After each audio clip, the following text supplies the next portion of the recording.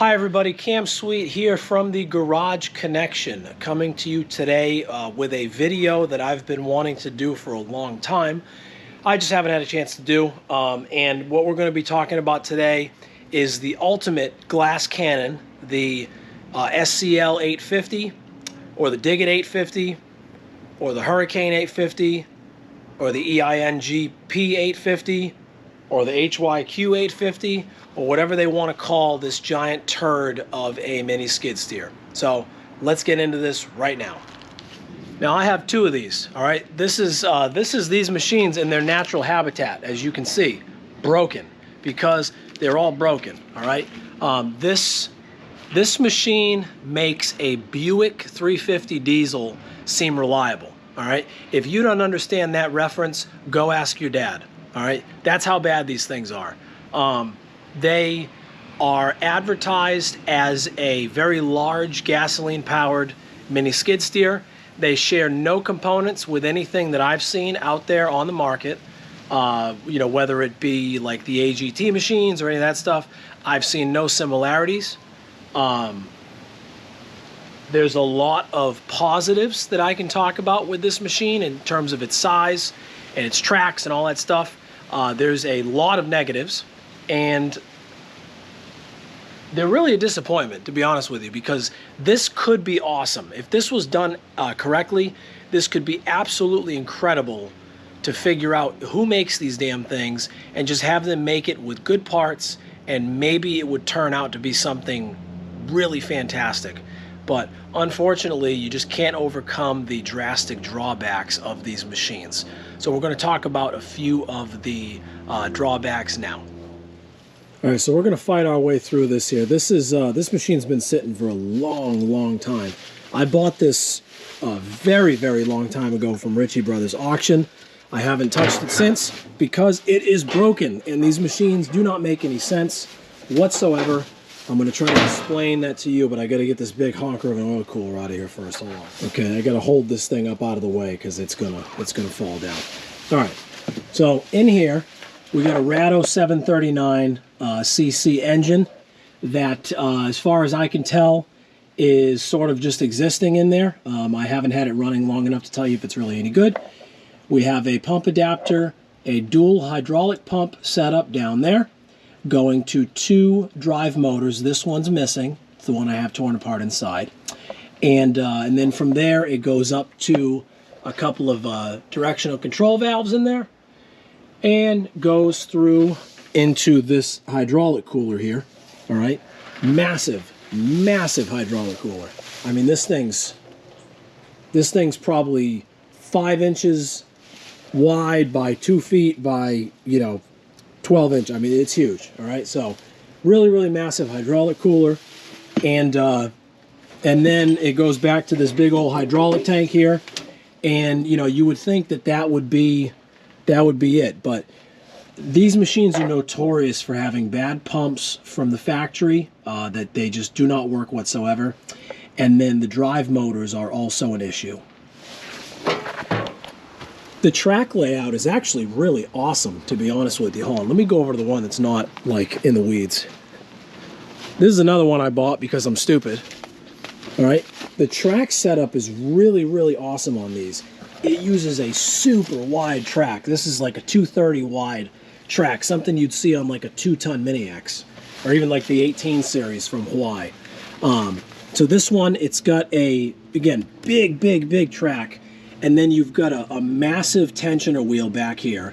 And then you've got 1, 2, 3, 4, 5 idlers. And the idler in the front with the drive motor up top, right? I mean, it would seem that that's pretty awesome. But there's a drawback to this, and it is the displacement of the drive motors. So what we mean by that is the drive motors, they are the BMER style drive motors, so they do have they share the same construction with the ones in the MX series that are blowing out wheel seals and all that stuff. I haven't really heard of anything happening to these per se, but the problem with these is their displacement. So they're 250s. All right, what does that mean?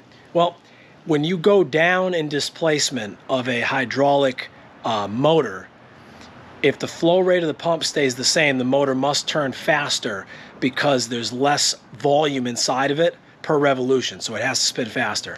So these machines are, at face value, you go, wow, it's great, they're really fast, and they are. They're very quick machines. But because they have such a wide track, and it's such a big track, and it's such a big machine, they suffer from severe power issues. The hydraulic pumps already are shit, but when you mate that to a motor that's small, the pump can't provide the pressure needed to overcome the flow problem, and therefore it just stalls. A lot of people complain that these are very difficult to work with and turn because of those drive motors. So could you fix that? Sure, yeah, you can put a BMER 350 displacement motor in there. It will slow it down and it will significantly increase the power that's available to the tracks. But that's like, you know, $500 per motor, plus all the fittings and stuff like that. So that's not something maybe that you want to get into, I guess. So that's the first problem, and it's the drive motors. The second problem being the pumps. Now the deal with the pumps, I don't know why the pumps are bad. People have taken them apart. There's nothing to indicate that the pumps have an issue at all, literally at all. Apparently they're just bad. Maybe it's like a tolerance thing, or maybe the machining is bad, but the pumps are junk. And not only the pumps junk, the way that they plumb them is kind of junk. I'm going to show you what I'm talking about. All right. So we come down here. These are the two suction lines, okay? These come into the pump on the right side, or I guess the left side if you're standing on the machine. And then they come out and they go up into these hard lines, and they go up into the valve bodies, and then they come down, okay? So that in itself is not a huge deal, but the size of the hoses that they chose to use, I mean, this suction hose right here is like a 1/2-inch hose. That's pretty small, even for mini skid steer sizing. That's a pretty tiny hose, right? The discharge hose is even smaller. I think it's a 3/8, right? So really tiny hoses coming off these pumps. And that's a big problem, especially when you get into, you know, a motor that's got that small of a displacement, and even the valve bodies themselves are just kind of weird. So that's a problem. And then another problem is, if you can tell, this doesn't have any auxiliary, well, you can't tell, this doesn't have any auxiliary hydraulics, right? At least this model. Now, some of them do, don't get all mad, right? Oops. Some of them do. They come down the other arm here, and then they got a set of quick connects coming out. So, you know, that's annoying, the fact that it doesn't have aux hydraulics.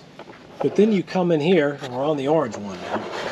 Okay, you come in here, you get, well, you see that, look at that.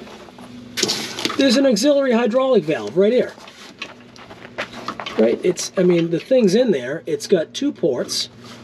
So, you know, it's got the option for it. I don't know, well, I hope it moves. I would bet it moves. This one's probably just frozen. So, I mean, the thing, the valve's already there. Everything's there. It's got the ports. Like, why wouldn't they just put auxiliary hydraulics on it? So the aux hydraulic thing is another annoyance. There's a guy on eBay that sells a kit to put the handle and the lines and all that stuff on it. And so that's an option, but now, you know, you're buying more stuff to use the machine, to use on the machine, to even get the thing to work for you.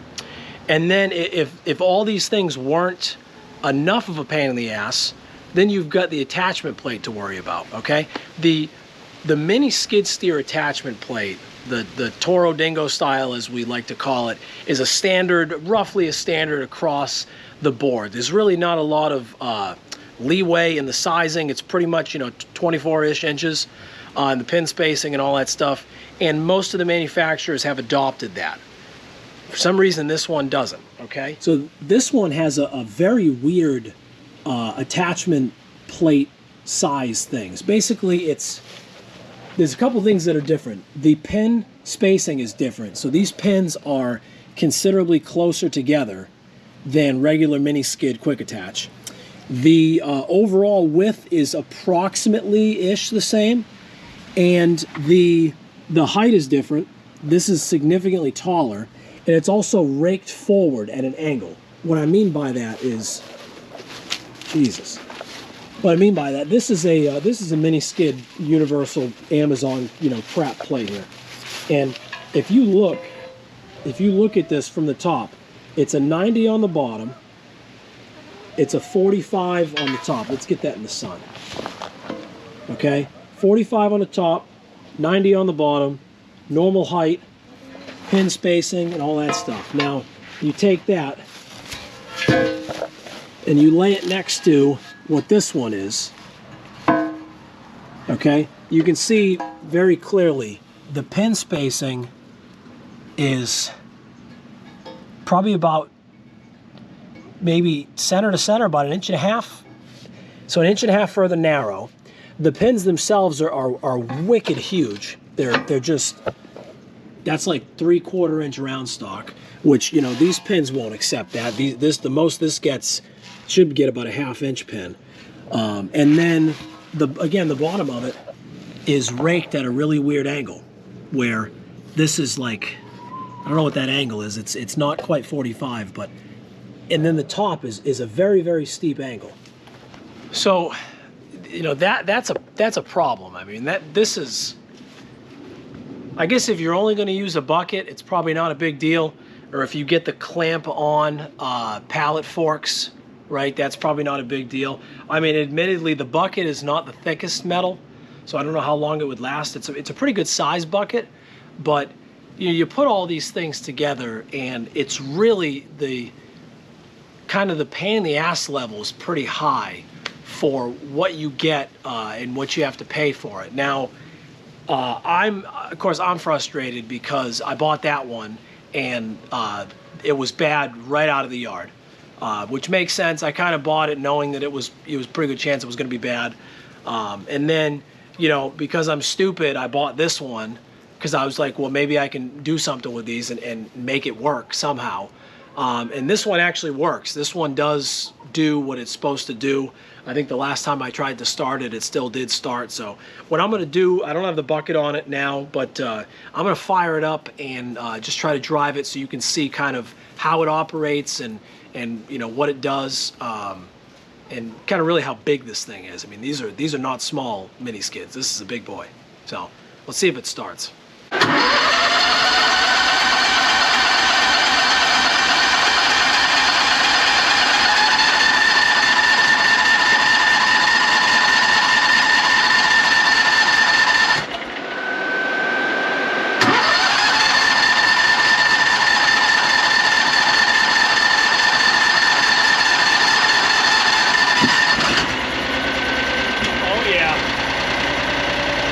Good starter on it too.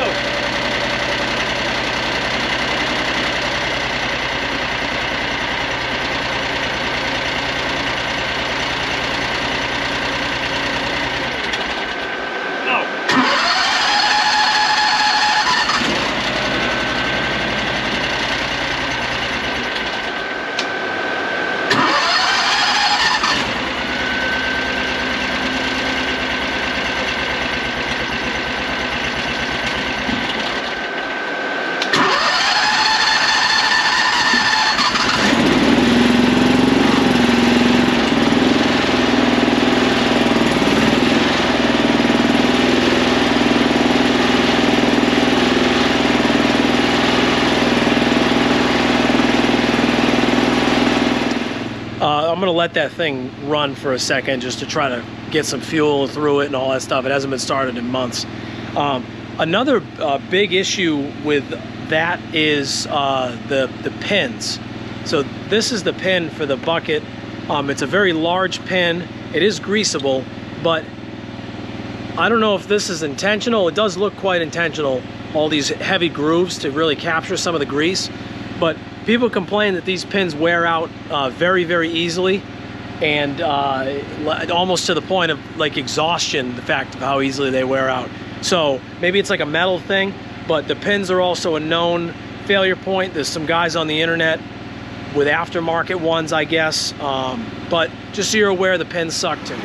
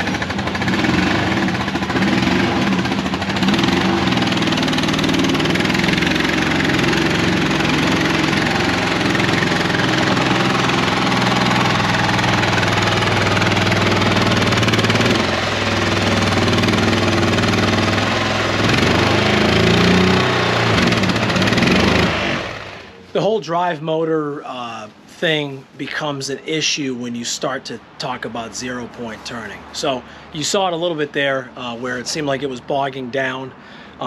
What I'm going to do, this is Florida crappy, like literally the crappiest soil you could possibly ask for. It's like baby powder.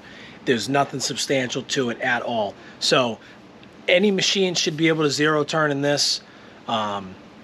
The fact that this one has trouble doing it, it's obviously, I know it's a problem with, you know, the pump displacement or the drive motor displacement, but I'm going to show you what this is all about. I'm going to start this up, rev the absolute bejesus out of it, try to 0-point turn. You tell me what you think, and then we'll take it from there.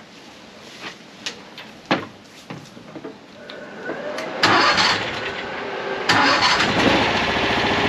right, full throttle.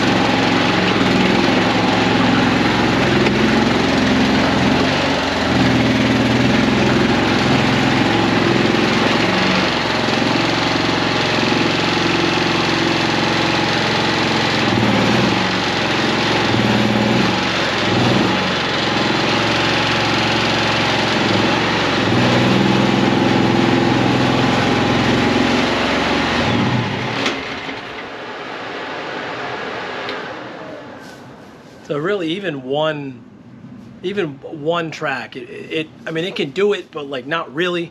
But I can't imagine if you were bound up on something that this would be able to get the job done for you.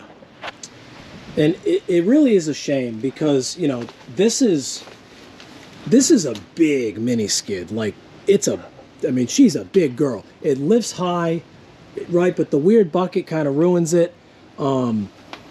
There's some people that I guess that have mentioned some problems here with the lifting arms. I guess the people have broken lifting arms on these things.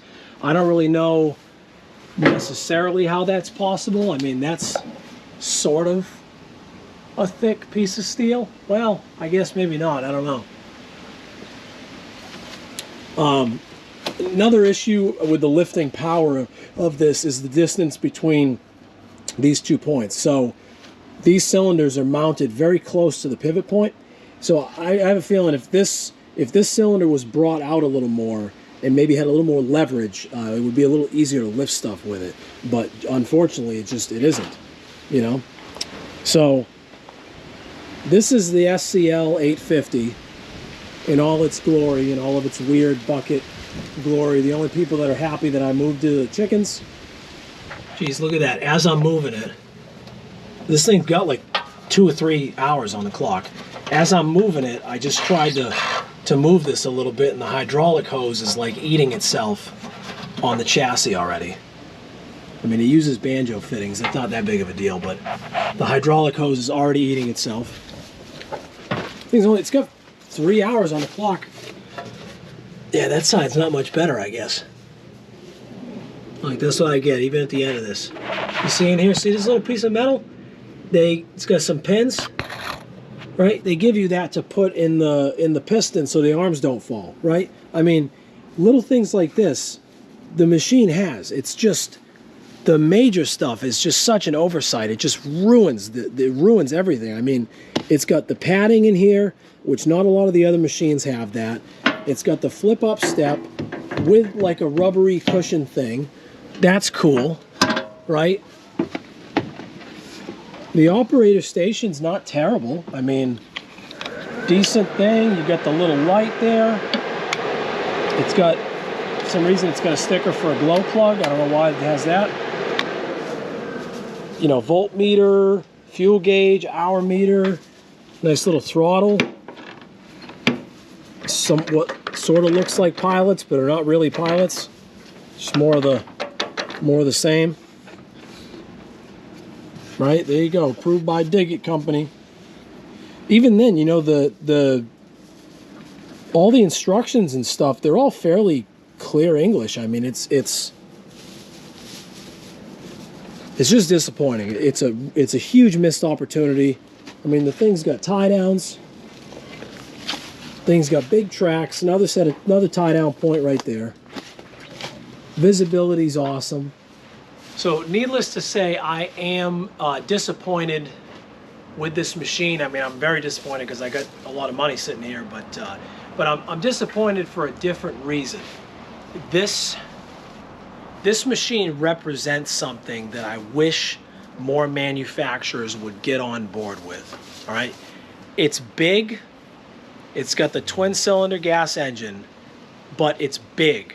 That's its positive. It's a huge. I mean, you put this next to, I put this next to the diesel LHY 680. They're the same size. Now I know obviously this will not lift near what that one will lift, and this will blow up instantly where that one's probably never going to break. But they're the same size, okay? And what I wish the market had was a full-size mini skid, so something of this size, or you know, comparable to like the V1000 or the RS06 or the 680, just something big, but that you didn't have to get into the gasoline, I mean the diesel variable displacement pump price range, right? If a manufacturer would make a machine that was this size with a twin-cylinder gas engine, even if it was a little bigger, maybe an 825 or a 999 Rado, you know, you make that, you make it huge, you make it priced around what, 12,000 bucks maybe, and I think people would hop on that because a lot of people are not willing to pay 20 grand for a good diesel one. Some people seem to be willing to pay like 13 or 14 grand for a shitty diesel one, which you do what you want. But you know, this would be a killer in the market if you got in touch with who made this thing and say, can you make one that just doesn't suck? And then it would be a monster. I mean, this is such a missed opportunity by whoever makes these things to make them good, because they really are. I mean, this would be like the only machine you need. You wouldn't need the ones with the wheels. You wouldn't need the big. If you 99% of people would only need one of these. It just doesn't exist. I wish it did. I wish there's good news for you. It does not exist. And then furthermore, if you buy one, just know you are signing up for a significant amount of problems or things you're going to have to mess with to make this thing reliable. All right. If you're a hydraulics guy, if you got welders, if you know what you're doing, it's probably not that big of a deal. But if you're buying this thing just hoping to get into something and just down the road, oh man, please do not do it. I mean, literally buy any other machine other than this one. That's the best advice I can give you for right now. That's going to do it. Cam Sweet here from the Garage Connection. Thank you very much for watching. Of course, I was going to screw the end up. Stay tuned for the next one. Thanks.